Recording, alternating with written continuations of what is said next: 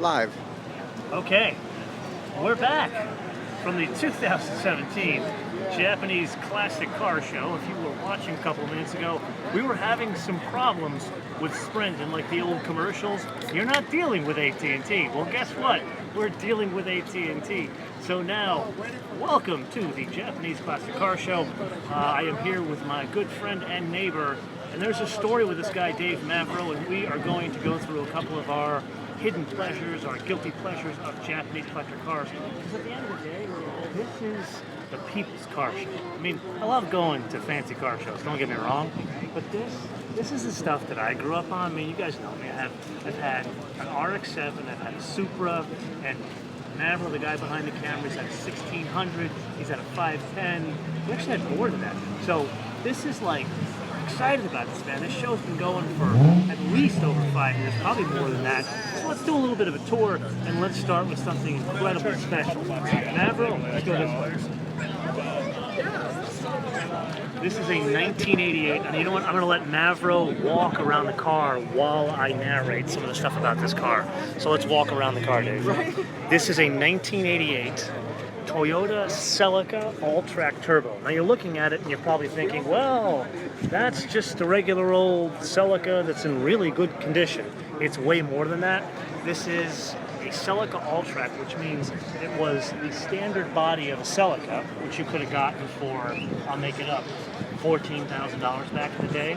Well, this is a 2-liter turbo, all-wheel drive, intercooled. So basically what that means is it was a rally car, and Toyota made a couple of them to homologate them. And they made the very rare decision, thankfully for us in the U.S., to sell this car in the U.S. But come here, there was a price for that excitement. In 1988, Toyotas were cheap cars. They were like when people look at Kias today, that's what Toyotas were back in the day. This one, show them this window sticker, Dave.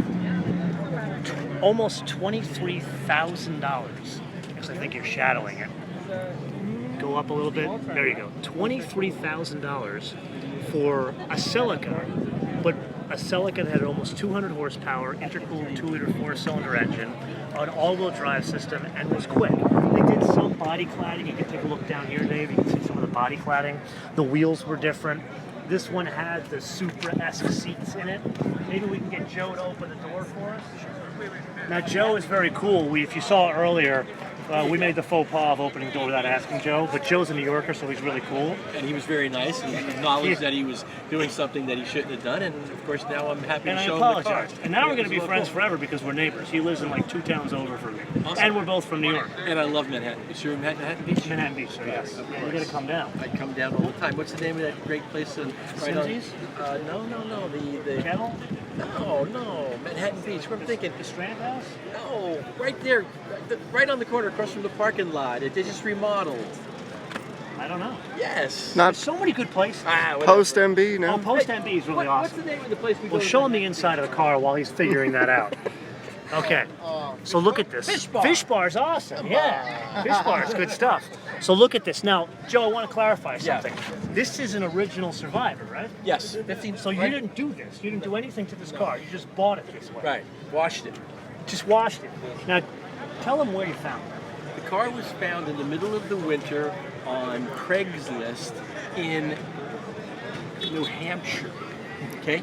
I don't remember the little town in New Hampshire, but it was a very small town in New Hampshire. It was the dead of the winter, and I had a search up for this car, and it popped up in the far northeast. So you had a search going for on a bunch of different local Craigslist around the country, or just The whole world of that you were looking for? Right. I just put it up in general. There's a search mechanism on Craigslist that will search every one of their listings. So I came across this car, and it was the middle of the winter, so the number of people that were probably willing to go up to New Hampshire and look at it were pretty few, far between. The price was pretty high for a car that that was 1988 in New Hampshire, and I'm pretty good on the phone, so I called the guy up. And now you have a good collection of cars. I do. What kind of stuff do you have? Just well, to give an idea. I'm best known for Porsches. I have considered the finest turbo Carreras in the country.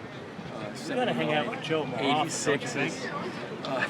And then I love Italian esoteria. I build Fiat Maserati-powered Fiats called Oscas. Yeah. I like microcars, which is the coach-built Fiat 500 called Auto Bianchis. And then Oscars. Yes. Oscars. Fiat That's Oscars, super yes. rare. Yes, it's the Maserati brothers after they sold their name to the Orsis. Okay, so we're gonna come back to you. We're gonna see. Don't tell them the other car you got. We're gonna get them. Okay. And then we gotta do a real show. So we're gonna get your details. It'll be fun. Yeah. Okay, sir. My pleasure. Back to you on the other car. See you later. Okay. Let's go and check something else out, something completely different. Let's go backwards so they can see the beauty of this car as we're walking away from it. We live? Oh yeah, we're definitely live now. Absolutely. Okay, so yeah, most of you guys didn't see what I was doing before as I walk into nice people trying to have lunch. Okay, look at this. I mean, people, this is the people show. You got a Supra, man. Third-gen Supra. I had one of those, and mine had a And you sold it, huh? like an idiot. And don't even ask me how much I sold it for, because I'm crying. Hey, no, I'm not gonna go there. This is what, see, we all know the pain. I had one, not a Supra, but I had a Nissan 260, and I sold it. So yours is worth more. And every day I regret, I got We a all 240 now, regret. but I always regret having sold that car. But you still have a 240. I have a 240. See, I don't now. have any. I don't have I don't want to get rid of it now. Okay, and he's got a cool hat. Come here. I want to show you something cool over here. Also in the Toyota realm, the woman is gone. Check this thing out. So, again, you saw his car, 15,000 miles. Again, let's let Dave walk around the car so you can see how clean this thing. This is not a Survivor. This was 100% restored. Now, normally, look at this. Look at how nice the interior is. Now, the Celica Alltrack Turbo, that's going to have major collector car value in terms of his car. I'm sure he paid a pretty penny for that thing, but that car will go up, and I think at some point he will make a profit if he chooses to sell it. This is a tougher go because restoration on a car, you don't get a discount because it's a Toyota to restore a car. You're going to pay the same price to restore a Toyota as you would to restore a Corvette, as you would to restore like an old Pontiac. So the balance that you have to go through is what's the final product going to be worth? Because at the end of the day, most of what you're buying is not a restored car or the actual restoration, the paint job. You're buying therapy, people. That is what you are buying. In this case, you would think it's some guy who probably raced it back in the day. Lovely woman. I want to say she was in her mid-40s. She's had 3 of these cars. She restored this car with the exception of the paint with her own 2 hands. Still has the window sticker. $15,000. That was a lot of money back in 1989, especially for this kind of a car. But remember, this is a rear-wheel drive 2-door coupe. Today, this is super rare, and they're only super expensive now. This one has an indicated of 50,000 miles on the clock. Now let's go down here, Dave. Did you show him the engine, Dave? So where Joe's car had a 2-liter inline 4 16 valve, this is a 1.6 liter. And you're talking, if it was, I don't know the exact number, if it was 130 horsepower, you're super excited. And then check this out down here. You know me, I love classic, weirdo, odd cars. Yeah, we could look at the Figaro. Figaro's neat, JDM, cool, but this is cool. This replaced the Nissan Pulsar NX, which we'll see one over there. What's so cool about this was like a Lego of a car. It was like a transformer. And here's how it was a transformer.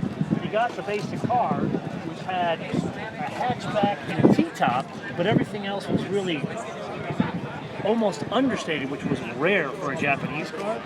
But then you could buy this cap in the back to make it like this oddball-looking station wagon. So you could have a station wagon with a T-top, or you could take this cap off, take the hatchback off, and make it like an open-top Targa kind of car. Why don't you show them that? And look at the detailing. This was unheard of for Japanese cars in 1989 when this car came out.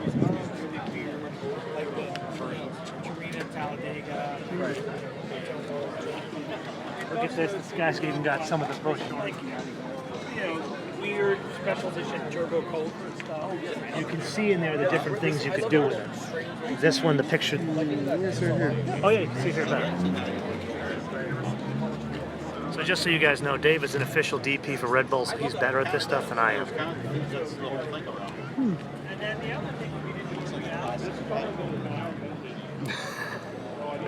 Let's show him the SVX real quick.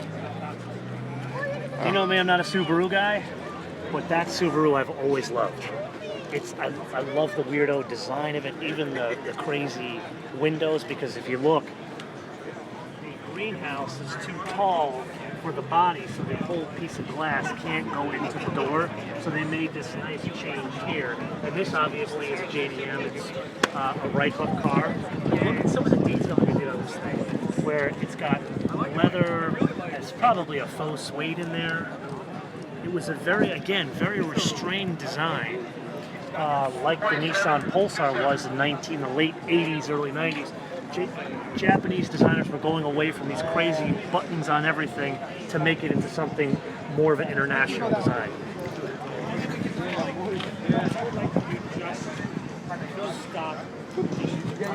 There are some RX7s over there, but we'll come back to that. Over and see a really cool CRS. What do you think, Dave? If you guys have any questions along the way as we do this, shoot the question. Oh, Dave, we got to show them this. The best option ever on a car. Even better than the Rudge wheels at a Mercedes 300 SL.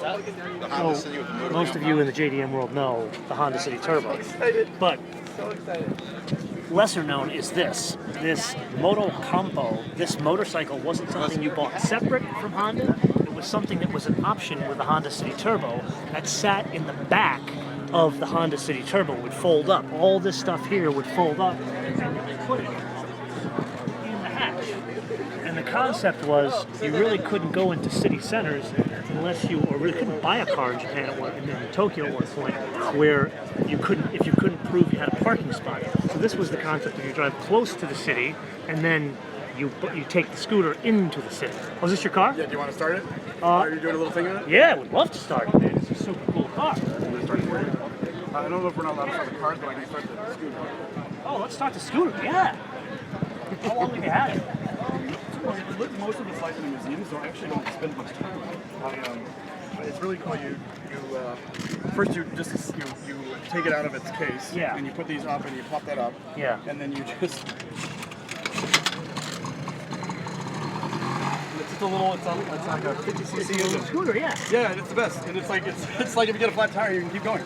This is awesome. Well, it's kind of cool because Honda at the time they had, we perfected motorcycles, we perfected cars. Yeah. Let's put a bike in a car, right? And only that way that the 80s could happen, right? The whole point was for the city to be able to get around the city. Right. And the era of Transformers and things becoming another thing was so popular in the 80s. How long have you had it? I've just had it about for the last year, but I've been looking for a decade for it. I can imagine. It's a rare thing. It is rare, and because most people have the City Turbo. Yeah. Oh, that's not a turbo. No. Oh, so I made a mistake. That is not a turbo. But most people think it is because that's what most people have. I wanted the City R, which is the base model for sports suspension. Okay. Because it's the purest form. I'm a car designer myself. I worked for Nissan for a decade. Oh, down in San Diego. Mm-hmm. So you know Randy Rodriguez? Randy's a good friend of mine. Good friend of mine. Yeah, he's a great. He did the Z. Oh, absolutely. And then he left. We both did our cars and then we left. Look at this, small world. Small world. You still work on it? No, I had my own consultancy. I left in 2000. Oh, cool. Right after I did Anyway, the point is, I've been wanting this version because it's it's got the great crazy static wheels. Yeah, absolutely. And the fender mirrors and stuff. When the turbo, they put everything like more normalized. Yeah. And also these crazy seats, right? That's awesome. So I finally found it. Yeah. It took a decade, but I finally found it. Did you work with Bruce? Campbell? Bruce Campbell? Yeah.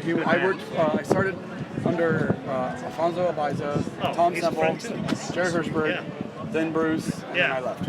Yeah. All right. Yeah. This is awesome. What's your name?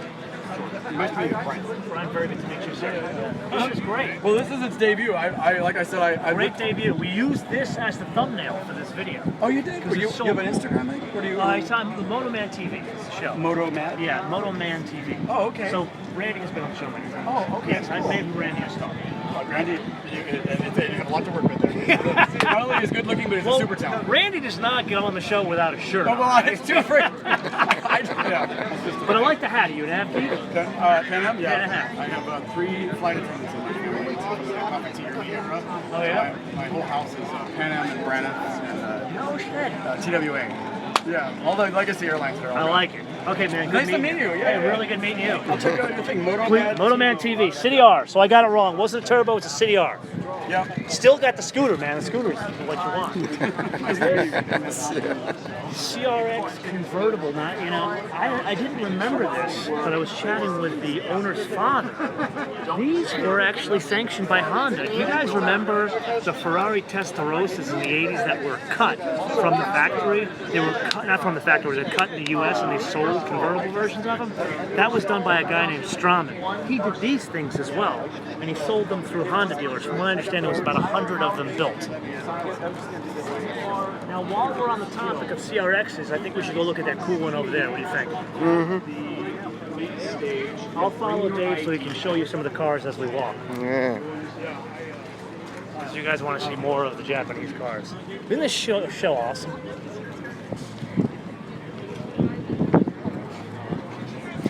Imagine how much fun this thing is to drive.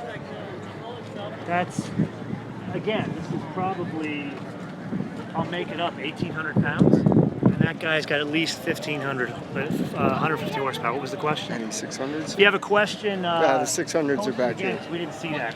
We're Yep. both so excited about the cars, we're having a hard time seeing the questions. Let's go over to that CRX over there. 600s. That's if there's any 600s. Oh, yeah, they're over there. Yep. Yeah, we'll show you to them. They're awesome. We got, of course, they're in the period colors. So I want to show you this CRX. We're back here with Tony. There's Tony, so check this thing out. Tony, we're back. We got a better connection this time. Tony wants to sit in the shade and do nothing. That's what Tony wants to do. Okay, we should go around the other side because of the light. So this way you don't have to, you're not backward. I'll follow you. So let's check out what Tony did here. I love this guy for a couple of reasons. First off, so this is a U.S. market car. Notice left hook. It's a CRX SI. You think, yeah, it's nothing special, right? Well, I walked up to him like, what's different about this car? And I noticed it's got a full glass roof. Now, I didn't know this, but Tony was telling me that you could get these in the JDM models. This was something that was on offer. So he was like, I want that. Now, if you remember these, this is a 91, right? 91, yeah. So starting in 85, these came out as a CRX SI, then they changed it to this body style, and all the SIs were fitted with a factory metal sunroof. Well, that wasn't good enough for Tony. So Tony, he likes pain in his life, so he went and got the glass panel, someone cut it off from a JDM car, shipped it over to him, and then he and his buddy, you and your buddy? Yeah. Ripped off these pieces here and did the spot weld by putting the glass panel into his American market car. But wait, there's more. Show me the engine. Come here, wait till you see this. Now, what do you think this car weighs, Tony? 2,000 pounds. Back in the day, you could buy a car from the factory, 2,000 pounds, because Nancy Pelosi wasn't designing cars. But then, Tony, what did you do to this? I did a swap for a JDM B16. Did 98 upgrades for Type R, basic manifold, headers, and internals. This gives it a little bit more boost power. So, what do you estimate the power? 41. Okay, let's do the math. Tony's got a car that weighs 2,000 pounds that now puts 200 horsepower out. What cars are you going to race now? I'll be after the 5.0 Mustangs. Yeah. 2017. So Tony, with his what the Mustang guy would look at is a crappy little Honda, front-wheel drive Honda, and Tony laughs as he just walks away from a $40,000+ V8 rear-wheel drive Mustang. This is why I love Tony. Tony, thank you. Thank you. Okay, let's go over here. Check out something different. Yeah. Okay. Let's go look at the 91 ACK, which technically is the 94 ACK, but it's the same design. Now, let's stand back and look at it. There's one thing you got to understand. Acura was the first of these luxury brands to come out. They came out in 1986, and they proved the point that you could sell a Japanese car for more than $20,000, at least a Japanese luxury car. But if you remember that car, it looked more like a Honda Accord that had some unique design touches than a luxury car. This was the first time where a Japanese manufacturer brought over a car to the U.S. that had some unique proportions, some luxury car proportions. Like, look at this, dash to axle ratio. You would think this is a rear-wheel drive car, right? Here's more proof. Look at where the engine is sitting. It's not transverse, it's north-south. So you would think this is a rear-wheel drive car. you would be wrong. This is a front-wheel drive car. They were going for driving dynamics. There were a couple different models that were on offer. There was the base, there was the L, there was the LS, which was the luxury model, and there was this, which was the GS. The GS was the one that had bigger wheels. It had a 6-speed manual transmission on offer, and had all the equipment from the luxury LS. So it had the power right seat, it had the Bose stereo, and check this out. The guy's got the brochure. Let's go over there and show him the brochure. Your dad, you always think your dad should be able to put up with more than your dad, but you always think that your mom. Look at that, man. Let's get out of the sunlight.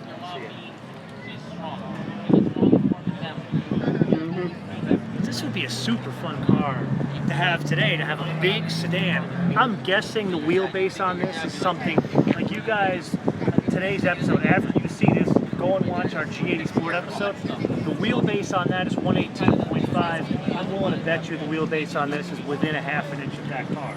But the difference is that car is rear-wheel drive, can be had all-wheel drive.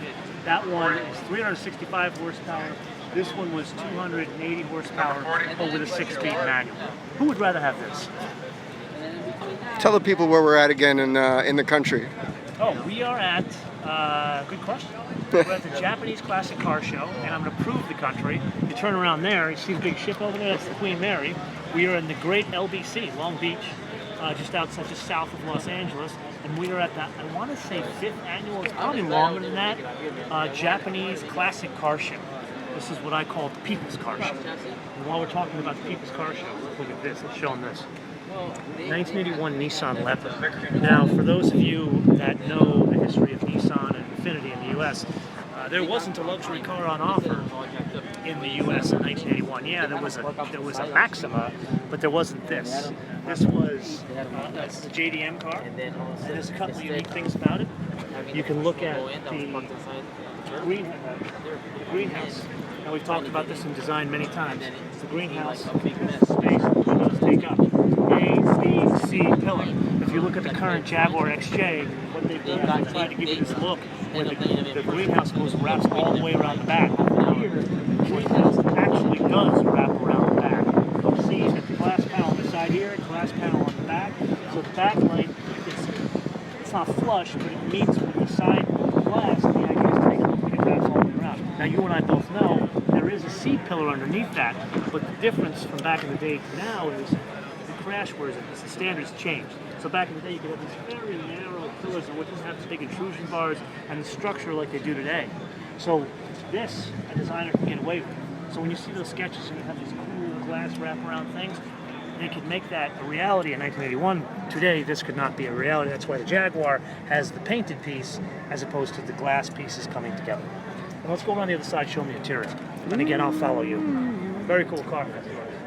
Cool car. Super cool. Now this is, remember I was showing you restrained design before? This, not restrained design. This is what we love about Japanese cars. All the buttons everywhere, buttons there. But check this out. It's got the JDM mirrors down on the fenders, but it has not one, but 2 separate 4-way switches instead of one with a toggle switch.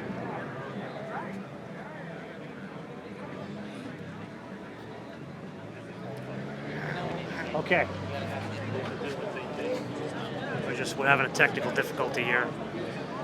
We're still live. How do I move that? I don't know. Let's try that.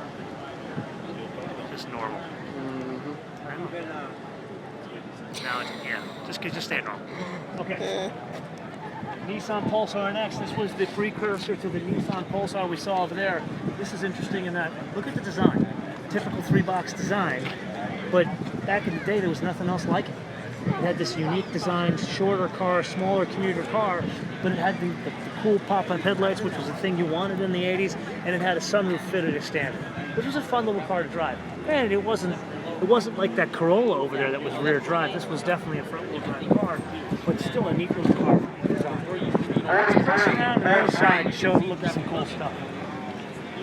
And again, I'll stay to the side of Dave so you guys can see what's going on here.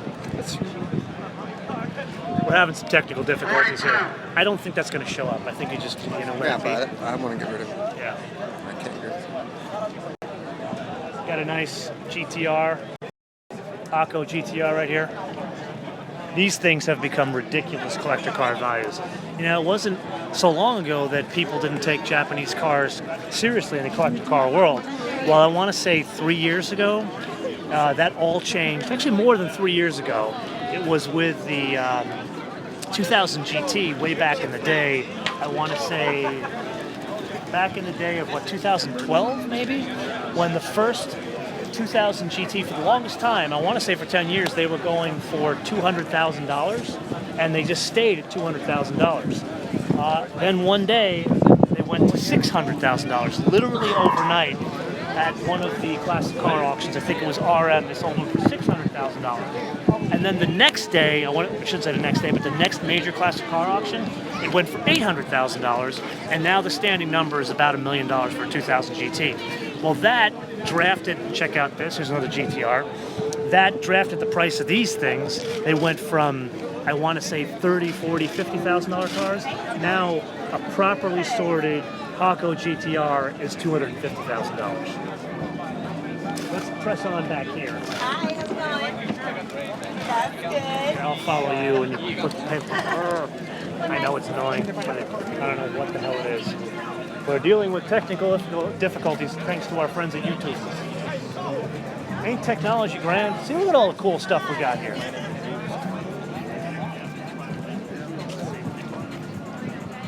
Let's press on a bit faster so we can get some other cars. Yeah, that's the one over on my windshield. Now I think, what is his name? Should we show them your favorite? Yes. Subaru Brat, baby. Chicken tax car.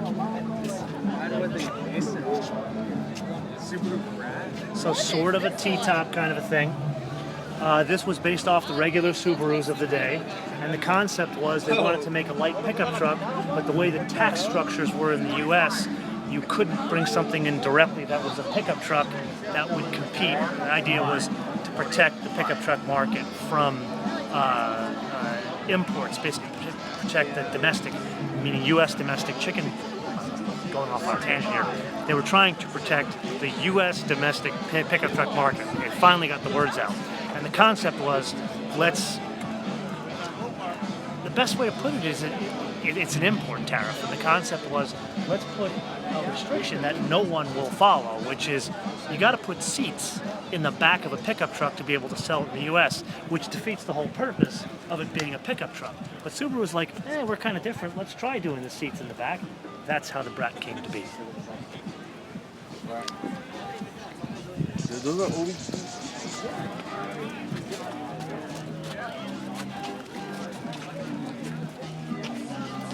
And then let's press on over here. There's some really good stuff, off-the-wall stuff over here. Get past the music.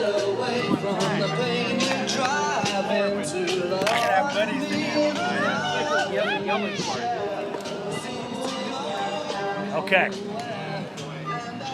We're gonna go like off the grid, kinda, because we're not gonna talk Nissan. We're not gonna talk Nissan. We're not gonna talk Toyota. We're not gonna talk Honda. We're gonna talk Mitsubishi for a bit. My favorite Mitsubishi, right? Actually, no, I wouldn't say that's my favorite. My favorite's the 3000 GT VR4. But the Starion, man, when I was in high school, this was the coolest thing. Now, if it had 180 horsepower, that was a ton of horsepower back in the day. But again, I'll let Dave walk you around the car. Take a look at some of the detail on the design. Granted, it's a mess of lines. This was typical Japanese design back in the day. But today, look at how cool it looks. The bowed-out fenders. This was Japanese, the Japanese answer to the 944 of the day. Because if you remember what a 944 looked like, it was a 924 with these bulged-out fenders, more power, and that's effectively what this is. And they took it a step further. They turbocharged a 2.6-liter four-cylinder engine, so it's kind of a rough car to drive. The bigger you make a four-cylinder engine, the rougher the engine is. And Porsche kind of learned that when they got to the largest four cylinders that were in their 968s. So this was something that it wasn't the most refined Japanese car, but my God, look at how cool it is, even with the screwed up seatbelts. And then this is even more unique here. This is a a Mitsubishi Galant VR4. So kind of like Joe's car over there, the Toyota. But this is a four-door version. It's got a four-cylinder, turbocharged, intercooled engine, all-wheel drive. This guy put Recaro seats in.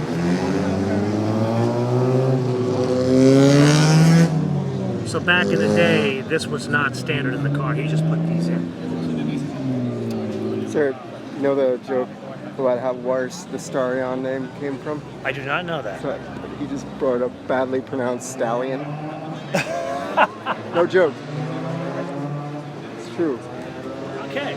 Cars and offensive humor. That's what the show's known That's for. it? Yep. Right. Show them the seats. So I don't know if you can see the seats through that. It's going to be tough. Basically what I want you guys to see is it's got this weirdo like luxury gathered leather in a Japanese sports car. More weird stuff. Some nice old Celicas over there. Start making your way to the main stage now. Rapping will begin in just a few minutes. And then some more oddball stuff. There's this cool old Isuzu that looks like a Chrysler of the day.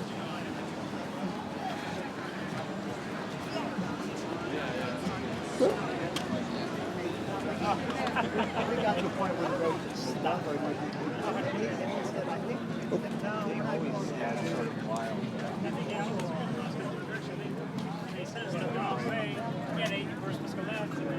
I thought you broke because you went back the way we came up. Yeah. So I go, oh, I was going So believe it or not, that is a 1975. It was the Isuzu response to two-door luxury European coupes. I can see where they were going. Not the most exciting thing in the world, but I can see where they were going. I like the color, let's put it that way. And then, one of my favorites, 93. This one's a 95, but this body style came out in 93. Why don't you walk around that car for them so they can see it. Now, what we're looking at, all these cars, you're probably thinking, oh my God, that is an incredible shape for a 93 RX7. And especially a GSL SE, a 1985 GSL SE right over here. That's an incredible shape as well. The reason why these cars are in incredible shape is because they are owned by Mazda.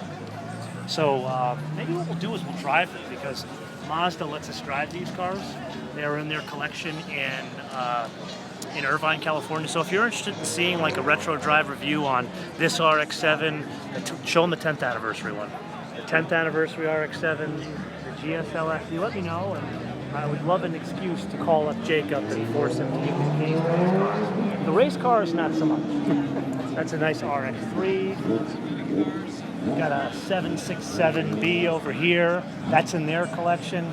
And what's annoying about the folks at Mazda is the people who work there actually race the cars. So maybe I should go work at Mazda and I can race a 767B. Why don't you show them the engine?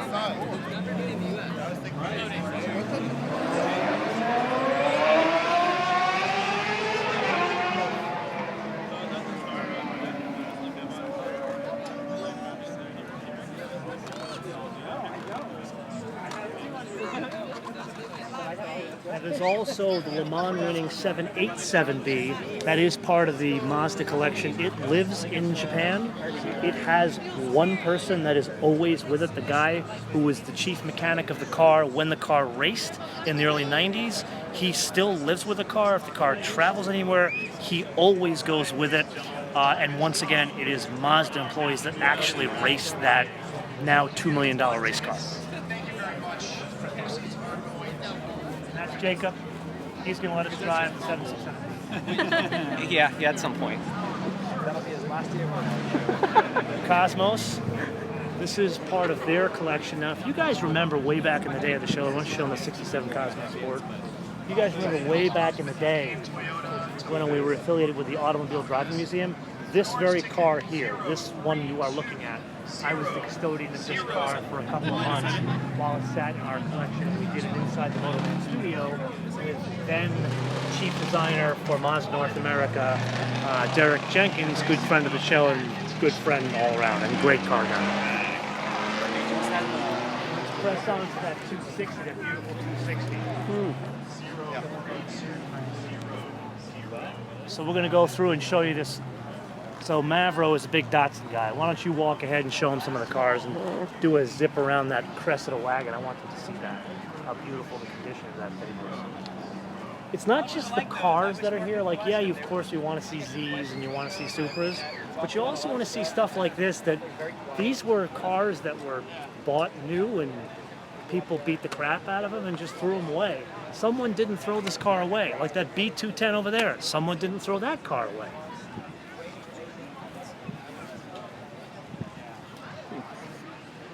But then there are cars that no one was planning on throwing away, and that's this one over here.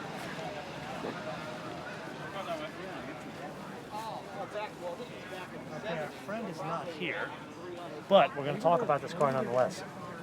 So this is a 260Z. The guy who owns it owns, like, I think he has 3 or other Zs. He restored this car with his own 2 hands. Again, I'm going to have Dave walk around the car, and I'll talk behind the camera so you guys can see the car. Look at that, like, show them the hubcaps, Dave.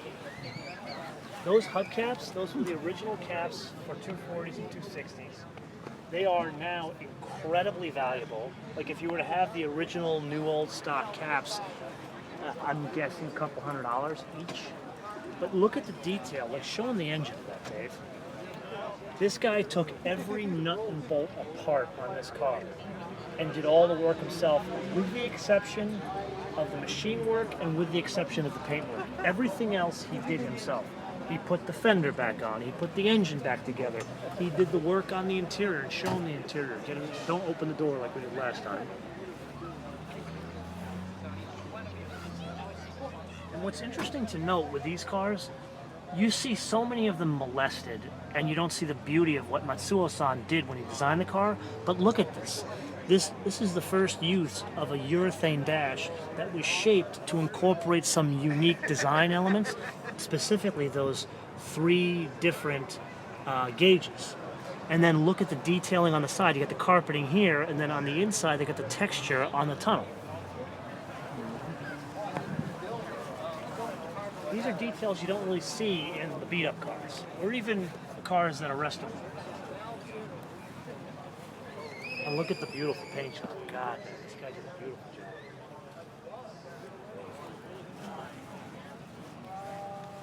Let's get a front shot of it. What's that? Get a Oh, yeah, front shot. yeah. We'll go back, get you a good shot of the front. Probably backwards.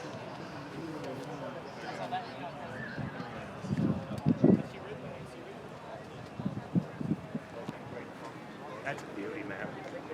Now notice the bumpers on his car, he did change the bumpers. 260s had the bigger bumpers, the cow catcher bumpers. These are the bumperettes that were on 240s. He's got that. Okay, let's press on. Why don't we show him that your favorite cars? The You're not excited about your 60, favorite? yeah, I said the 2, yeah. SR20s. Okay. So now, Mavro's car, I won't tell you what it is, but you can go find it. If you go look on my Instagram right now, that's the car that we drove here today in. We're going to feature that car in the show, and we're going to tell you one hell of a behind-the-scenes story about Mavro's car and why I don't like Mavro very much. You'll find out why. So here's the 1600s, but take a look. Actually, why don't you tell them what this car has, the engine? It's an SR20 GE, as featured in the US in a 91 SCR Central. Favorite engine. Perfect for this size. Now you owned one of these, didn't you, or your dad owned? That's the car I learned to drive in, correct. Okay. So how much do you think these weigh? 1,800, I have no idea, yeah. Let's say it was 1,800 pounds. And what do you think the power of an SR20 is? Stock without a turbo, it's about 140 horsepower. 140 in a car, But once you put again, a turbo south in of it, 2,000. yeah, you can get up to 200. Such a fun car. Show them. Now this one is the later dashboard. Let's show them the ones down there with the toggle switches.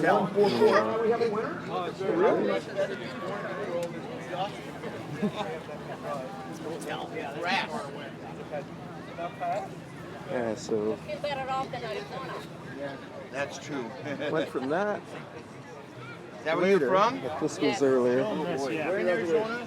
Look at the beauty of the design here. Granted, this is a complete rip-off of an E-Type, but look, it's got the toggle switches, it's got the beautiful old-school kind of gauges. I want to take a minute to tell you about the steering wheel is almost exactly from an I E-Type. hold in my hands a Yeah, 1/8 it's not scale original, auto but it's Mazda beautiful. RX7 An E-Type is $100,000 that has Spirit this R type of Type interior. A. This is $15,000. This is a really beautiful model car. Resale value on this car is $180, so pay attention. This is a really great one. Gotta get away from that Patrick of Model Citizen Diecast. It comes He's with an auto trying art to tote bag. bogart our broadcast. Looking for an Why orange don't we go look at ticket? that cool 03237. I think that one's a turbo. Where are we going now? Got some nice 510s over here. Everything from the sedans that Peter Brock and put on the map, and the wagons, which are super cool. Let's go over here. Where is that seat? Oh yeah, I see. This morning. Nice Z31 here, and this is it's just a stock car, man. It's beautiful. Look at this thing. Not even that highly optioned. Doesn't have a lot of seats. Open the door if you want. That's yours? Yeah. Beautiful car, man. Yeah, you check it out. It's a regular car. How long have you had it? About 4 years now. Yeah. It was like this when I got it. I didn't do the work. Really? I know the guy who Was did it restored? Yes. Oh, because it's beautiful. It's been painted. Oh, it has been painted. Okay. How many miles are on it? Like 65,000. Is that original? Yeah. Wow. That's awesome. Have you always wanted one? Have you always wanted one? My friend built it. He was a super meticulous guy, and he was trying to sell it, and it was a cool car, and I liked it, so I bought it. Okay. So you're not a Z guy. I'm a car guy. I'm not necessarily a Z guy. Well, now you're a Z guy. Now I am a Z guy. Yeah. It's for sale. It's for sale. I noticed to the someone dealer who is a played Z it. guy. That I borrowed that from a friend. Oh, I'm not a okay. dealer. I'm just a dude. Dave, showing the interior here too. And notice, well, granted, you changed that to stereo, but notice some of the very 80s buttons in here. Even early derivation of adjustable shocks. I have the original stereo with the original dash Oh, really? still attached to it. Oh, very cool. So that can be changed out. So just out of curiosity, what do you want for this? Teens. Mid-teens. Yeah. For a Z31 with 65,000 original miles. That's probably the nicest Z31 in the country. It's pretty, man. And then look at this. So these were a 3-liter V6. This was the first derivation of this V6 in the Nissan world. They turbocharged it. They ranged anywhere from about 140 horsepower all the way up to about 180 horsepower. They go up. I think I've seen people push them up as high as 300. This is in Z31s. You could customize them. And then this same basic engine made its way into the Z32. That significantly different. That went all the way up to 300 horsepower from the factory. And that was really the first just ridiculous amount of power that was not a Porsche, not a Ferrari, in a car you and I can afford. Sadly, they got too expensive, and that's why they got off the market. Let's press on over here. Thank you, sir. Appreciate it. Card if you're interested. If anybody wants this car, $15,000, hit me up on comments, and I'll get you connected with Mitch. Okay? Awesome, thanks. Thank you very much. Thank you. And then check this out. This is the anniversary edition. Now, we did a whole episode on this Z31. Now, he says that's the nicest Z31 on the planet. It is really good. I'll admit, if you're a Z guy and you're looking for that kind of Z31, you definitely should call Mitch because it's nice. But the nicest one I've ever seen was the anniversary edition that is in the Nissan collection at the Lane Museum in Tennessee. Why don't you walk around this one, Dave? So what was cool about this was it was not the 50th anniversary of the Z. This was the 50th anniversary of Nissan. And they did a couple of things to it. They obviously had its own unique color combination, the two-tone silver and black. It had the T-bar roof. It had a leather interior with the vibrating seats that worked off of the stereo. It had unique wheels. It had all the options that you could get on a turbocharged Z31. It had the special color on the T-tops. And it also had a car cover that came standard. Now let's switch gears and let's go to the Toyota world. I think we should end on a very high note. What do you think? I like that. So we're gonna go. I don't see Joe. I don't see Joe back here. Do you have a question? Look at these. Got Accords everywhere here. Who would have thunk that you'd see a Honda Accords at a classic car show? Okay, let's look at these two cars here. Remember our friend Joe? We started this with Joe with his 1988 Toyota Celica Alltrack Turbo that was $23,000 back in the day. I'm willing to bet he paid that or more today. This is Joe's other Toyota. It's a 1985 Celica GTS convertible. These were converted in California, so they were built as, remember the notchback coupes they made of these?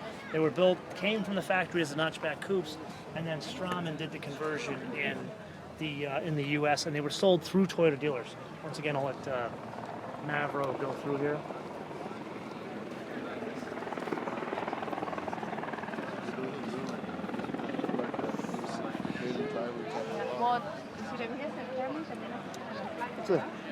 What's it like today in the end of September? What's the weather here? People are wondering. What's the weather here?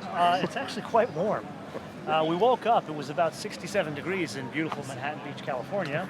But today, I'd say right now it's about 85 degrees. What do you think? Yeah, it feels like it. Yeah, actually I can tell you. My other phone that doesn't work very well. Let's take a look here. I'm giving you weather reports now. This is what I've been reduced to.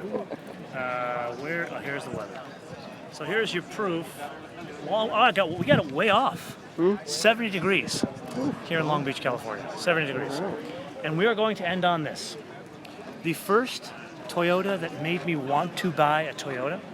I was very young. I could barely spell Toyota when this car came out.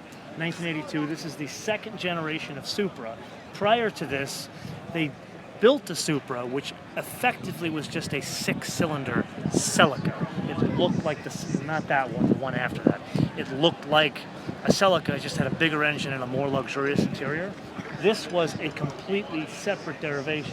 You can see the general, like the two came together in terms of, if you look at the greenhouses between the two cars, like if you were to see this as a hardtop, you would see how they would look similar in terms of where the greenhouse was, but what changed was the front, the back, most of the body panels, but more importantly was the engine and suspension. So this was an inline 2.8 6-cylinder engine. We'll take a look at this one here. This specific car is a survivor. It's never been restored. Show them the interior.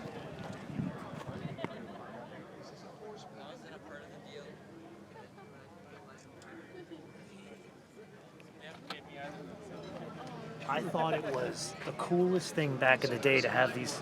Now, this one, the guy put the covers on it to obviously keep the seats in good condition.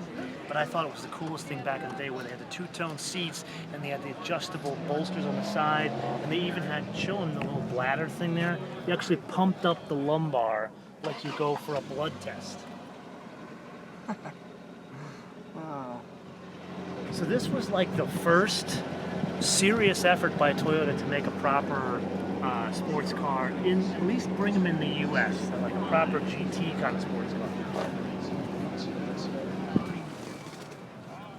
Not a two-door convertible, not something that was like an MG, like a little sports car, but something that would be a competitor to a Porsche. Now, when they first came out, there were two versions. There was a sport version like this, and there was a luxury version. The luxury version didn't have the spoiler in the back, but all of the sports, the back, the lift gate, as well as the bumper, no matter what color you got, they were all black for the first, I think, 2 years. This one is obviously a monochromatic in one of the later years. And here's a Celica. So notice, you can see this, look at the commonality in the greenhouse here, and then look at the greenhouse over there.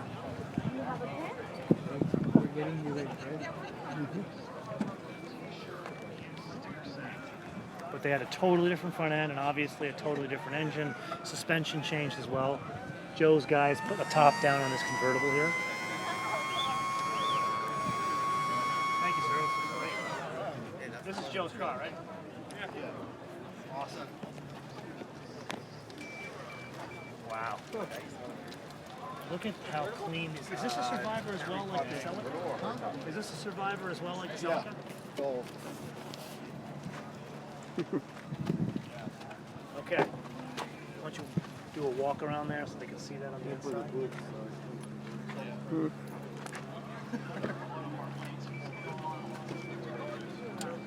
So 4-cylinder. Granted, this added significant amount of weight to it with a top conversion. The tonneau covers a 3-piece unit, still kept the folding seats in the back. Once again, a lot of buttons. Look at the stereo with the equalizer and everything underneath. Man, that's good. All right. Thank you, sir. All right. Okay. I'm tired. I think I've talked a lot about Japanese cars. I love the fact that we're ending on a Supra that is a Survivor. Oh, should we show them the 600s? Yeah, show them the 600s. That's the bonus, the 600s. Is this yours? We're going to make this quick, people. 600s.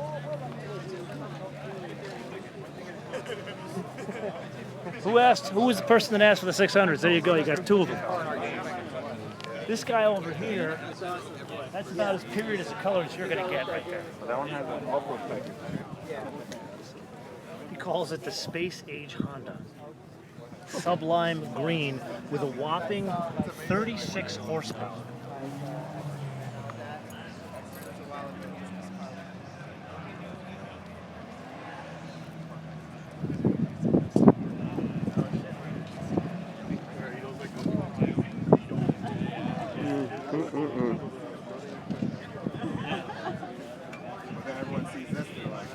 I don't think I can get even one leg in that car.